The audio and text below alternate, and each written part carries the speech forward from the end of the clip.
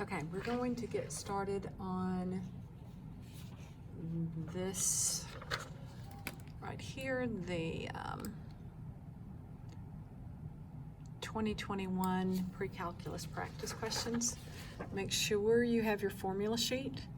For those that are in class, I've told you we're going to be using these. If you see this and it has to say something in your problem about a double angle, you'll go here, but you may not ever have to use that. If it says something about half of an angle, you would use these. The other two that you will probably use is this is the law of sines, this is the law of cosines. We use both of those in iMath 3. Also, when you get this formula sheet, you cannot come to the test with it, but you will be given one. Go ahead and write anything on there you need to. You can write the trig identities. Can't copy it from anywhere, but if you have this memorized, go ahead and write it down. And if there are things that you think of, write those down. If I come up with more between now and then, I'll tell you. You can share that information with others when you get in there. You just can't come with it on a pre-given sheet. All right, let's start with the first one. We have polar coordinates of -2 and pi/3. If we convert them into rectangular coordinates and plot them on the graph, what quadrant will they be in? And what this is wanting you to do is think of, okay, we're saying we're going -2, so we're going to be going over here. And from this point right here, we're going to rotate pi/3. So we are going to go in this direction. So we're looking at something in this quadrant. Pi/3 and -2, so it's going to be in the third quadrant. If you want to remember how to convert this, that's when your x is going to be your radius times the cosine of theta, and your y will be the radius times your sine of theta. It's not asking for that, but we have another one later on, so we might as well practice this. So your radius is -2, so you would take -2 and again -2 here. Well, what is your cosine of pi/3? Remember that? It's going to be 1/2. And what is your sine of pi/3?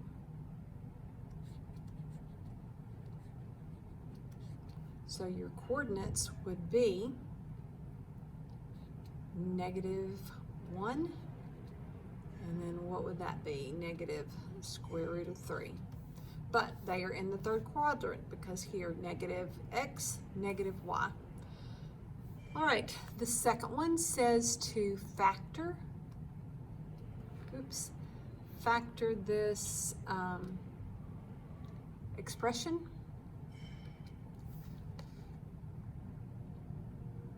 I'm going to group it.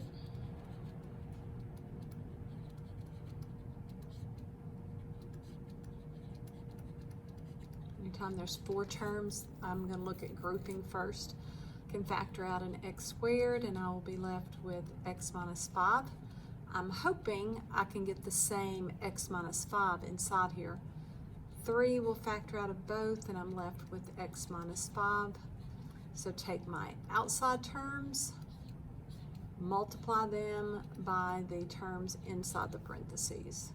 So x³ + 3, x - 5, and that is my answer choice. Number 3, evaluate 8 to the -2/3. So this is really, if it was 8 to the 2/3, what would that be saying? The cube root of 8 squared, which would be the cube root of 64. Well, what is the cube root of 64? It's just 4. But this is a negative. So that means we have to put 1 over that. And so you should get 1/4 as your answer.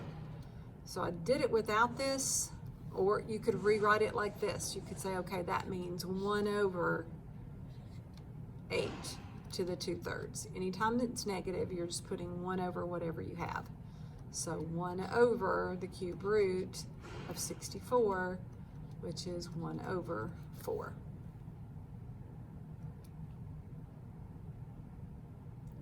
Okay, for number 4, given these graphs, this is f of x and then g of x. What is a possible equation for this? So let's see what's happened. This point looks like it's obviously a reflection over the x-axis. So I know it's going to be a negative, so I'm going to immediately think I need to eliminate that and that because there is no negative in front of it. So let's look at these. Is this an exact reflection? No, because this point looks like it's, this point right here is -1, 2. But this point right here is, I can't really read that, -1 and 1. So I must have read my points wrong somewhere. But what does it look like has happened? Is it just the negative of this, or did something else happen? This actually did some shifting, because if I were to reflect this over, what would this be? This is -1, 2. I would have to flip it over where it's going to be 2 units away, but it's not. What happened to it? It shifted up 3. So it went from here, here, here. So this is my answer.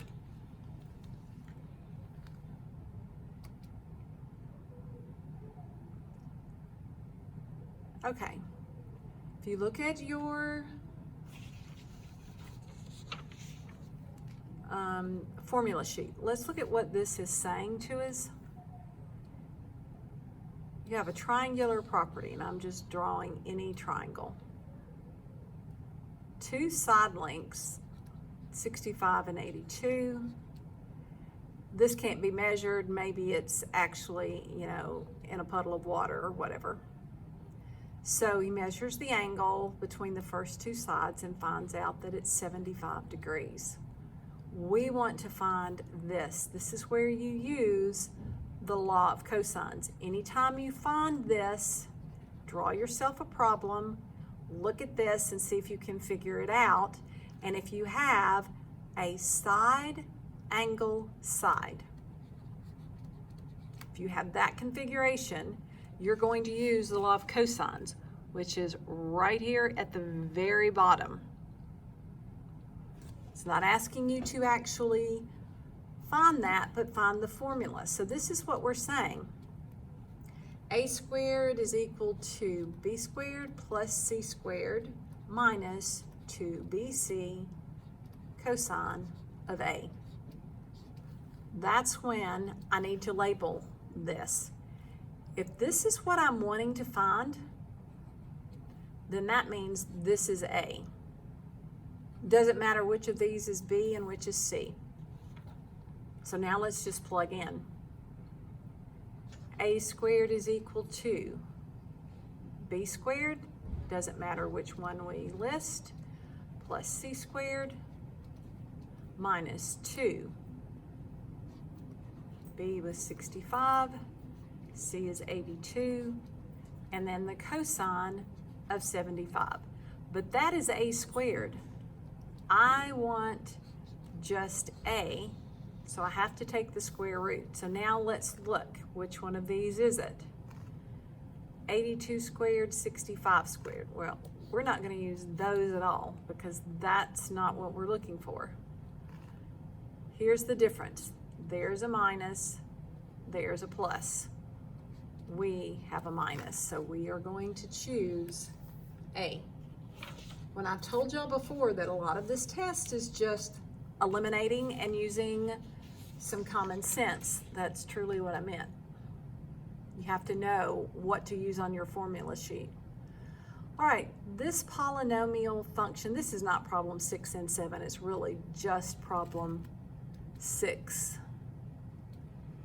Okay, it's graphed below.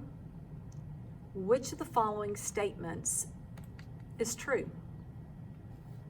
Is this a degree of 3? There's 1, but I have 2 roots here because it bounces, so that's not true. Does it have exactly 1 local minimum? Here's a local min and here's a local min, so no, that's not true. Exactly 1 local max. That is true. And this is not a multiple select, but let's eliminate these other 2. Does it have a range from negative infinity to infinity? No, because it's not going to go below -5. So my range is -5 to infinity. So that's not true. There are no asymptotes because this can touch anywhere. So that's how we choose our selection there. All right, let's look at number 8. This is a little tricky, and I probably did not do a very good job of explaining this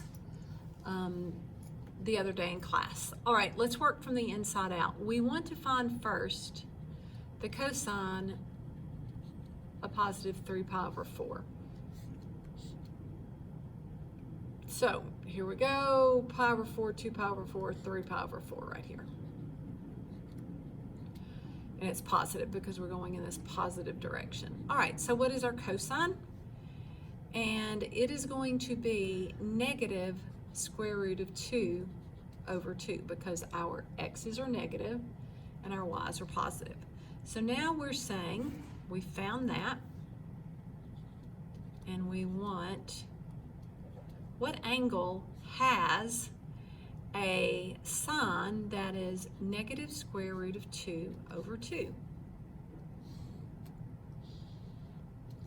So we know it's going to be a pi over 4 of some type. And we want it to be a negative square root of 2 over 2. So let's just start either eliminating here or recognizing where sine is negative. Sine is positive and positive, but it's negative and negative here. Agreed? Okay, so now let's look. We have pi over 4. So we're looking for a sine of, well actually we're looking for a cosine of negative square root of 2 over 2 and a sine of negative square root of 2 over 2. Because remember, this was our cosine, and that's what we wanted to find first, was where is 3 pi over 4, what's our cosine? And it's negative square root of 2 over 2. So here's our cosine, here's our sine. So pi over 4 is right here. Negative pi over 4 is here. 3 pi over 4 is here. And negative 3 pi over 4 is here. And I just told y'all something wrong. And let me correct that. Okay. So what we are looking for, that's not what I wanted to erase. I wanted to erase this. What we're looking for is a positive cosine and a negative sine. cosine is positive, and then once we found what that was, we found that our sine was negative. And where is that going to be? Where we have cosine of positive and a sine of negative, it's going to be right here.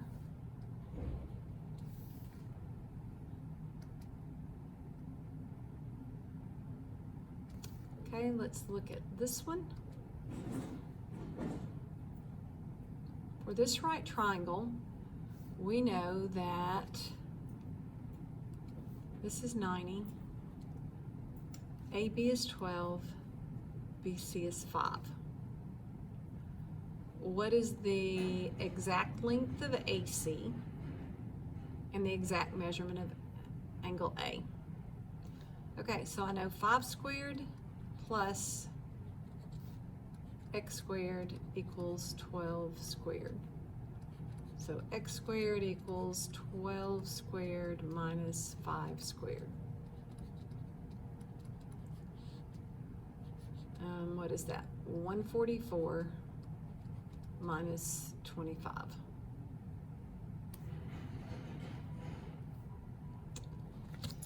Turn to my page with that, because I left some of that out. Okay. So 144 minus 25 is the square root of 119. So I can eliminate these right off the bat. There are 2 more here, and unfortunately, I'm going to have to switch here. Okay, so we know that AC is equal to the square root of 119. This was 12, this was 5, this is the square root of 119. And we want to find the exact measurement of A. So is sine going to be 5 over 12 or cosine of square root of 119 over 12? That's our 2 choices, because remember, this means to find the angle, and I can either use sine, opposite over hypotenuse, or cosine, adjacent over hypotenuse. That is not correct, so we are going with that answer choice there. Okay, this is the one like the very first one that we worked. Find the polar coordinates. So that's our radius, and remember, x is radius times cosine theta, y is equal to radius times the sine of theta. So x is equal to 4. What is the cosine of 2 pi over 3? Pi over 3, right over here, 2 pi over 3. And that is going to be negative 1/2. Y is equal to the radius times the sine of theta. Well, what is the sine of this? It's positive, and it is the square root of 3 over 2. So let's multiply these out, and you get negative 4 over 2, which is negative 2. I don't even have to finish this because the only one that has a negative 2 is that, but let's go ahead and finish this.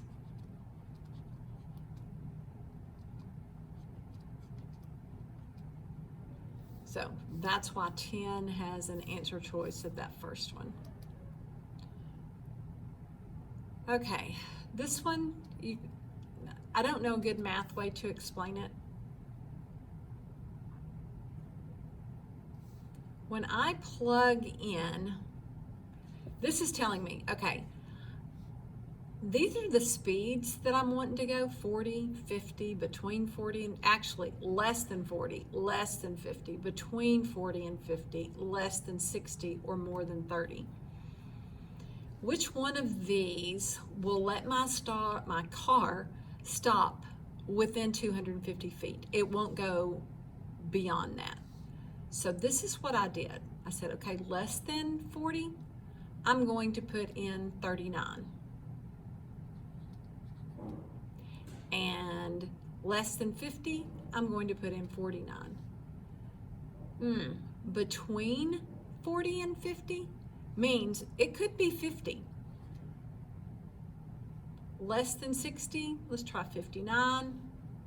More than 30, we can try 31. Where am I plugging that in? That is actually, what is it saying? D is distance, V is miles per hour. So, on my calculator, we are actually going to plug that in. So we will take 0.06 times 39 squared plus 2 times 39. We're going to do that for all of these and see what we get.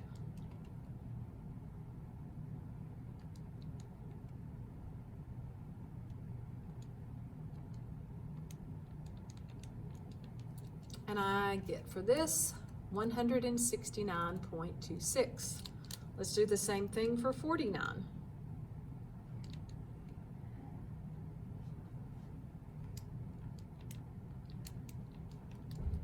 And I get 242.06. Let's try it if we drove exactly 50 miles per hour.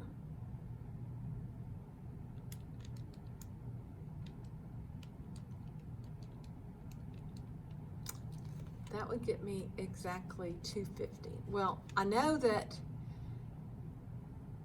this is going to be less than that. This is going to be greater than the 50. And this says,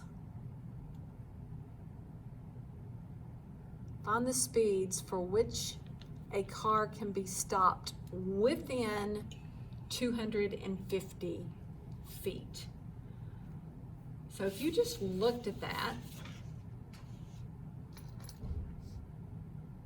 obviously it can't be this one. This one is going to be greater. This one is going to be much less.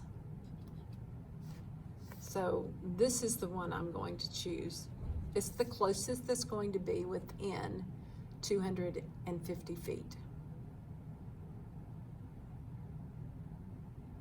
And it looks like this. I don't know if this is saying do that and you're able to recognize it within 50 feet of that. It's a little tricky.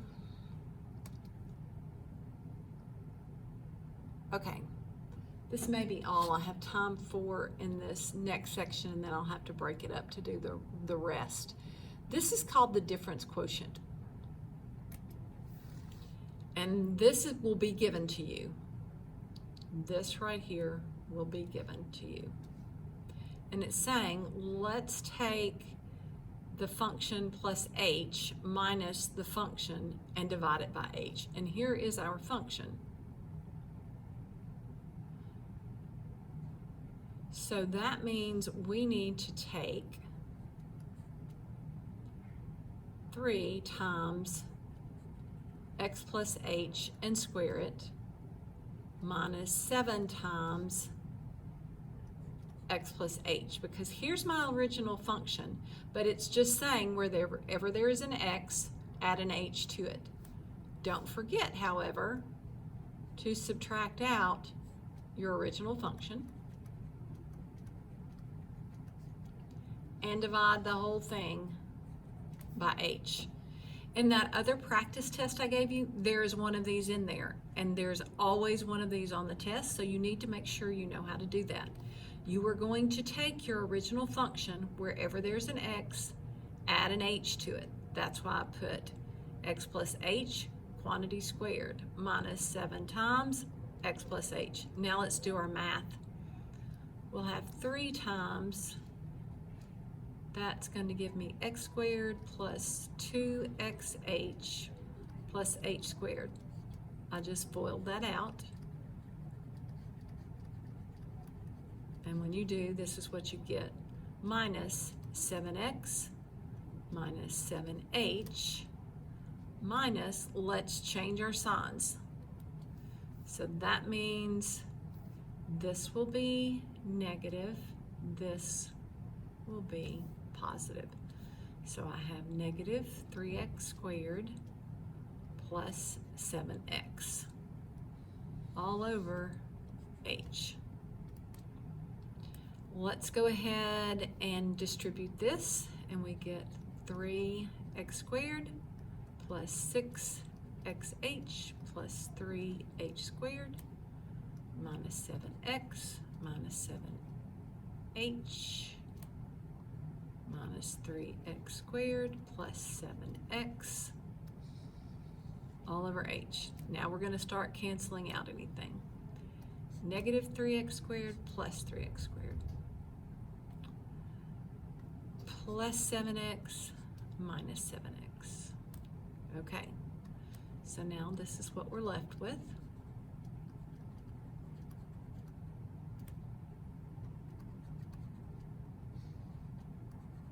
And let's cancel again.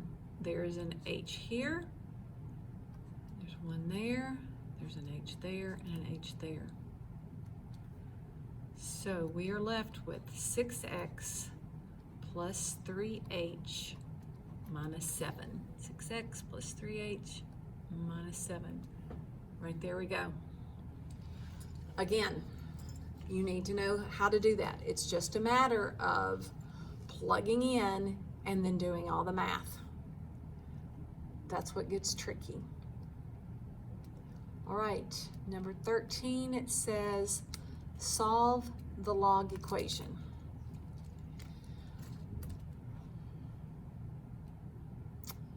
Okay,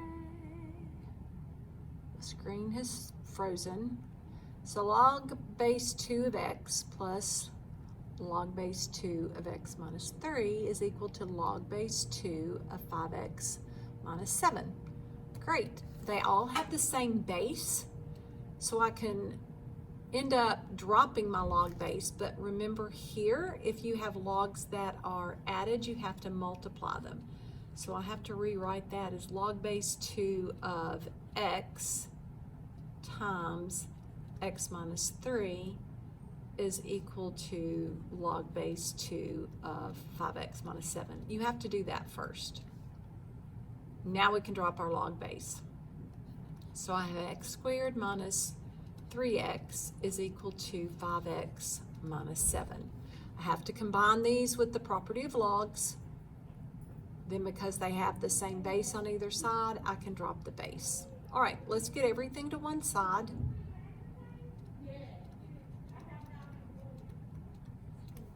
And now I can factor. Anytime there's a quadratic, that's what you're going to want to do, is factor it. Positive, negative, so I'm going to have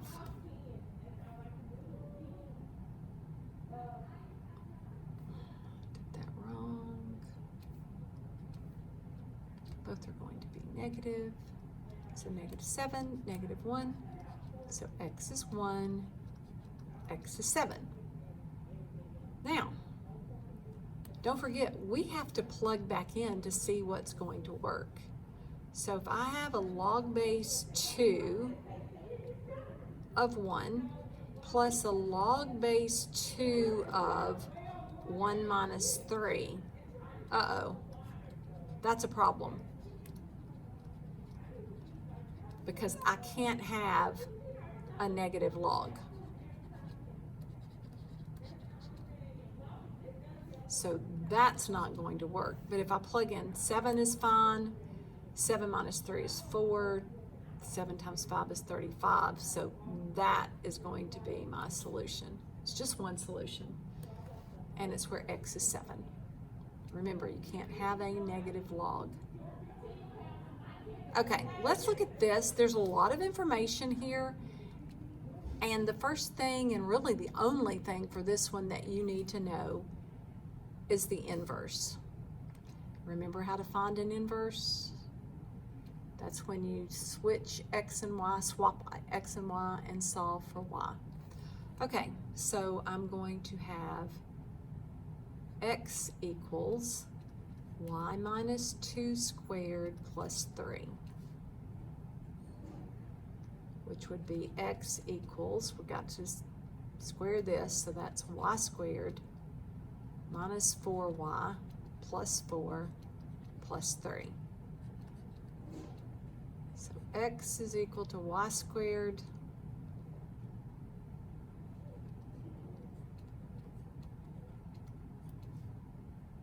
okay.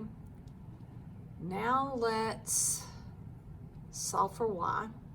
So x minus 7 is equal to y squared minus 4y. Oh, what have I done wrong?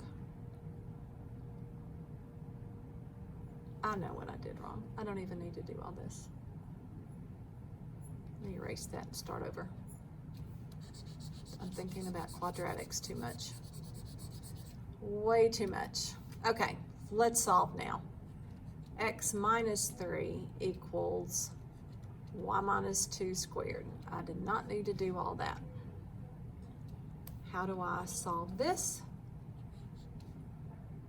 Take the square root.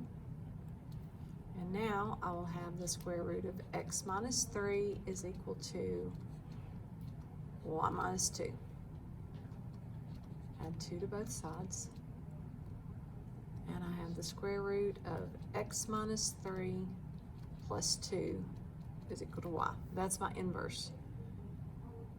X minus 3 plus 2. That's the only one with that solution. So that's what we're going with. Okay. We will pick back up with 15.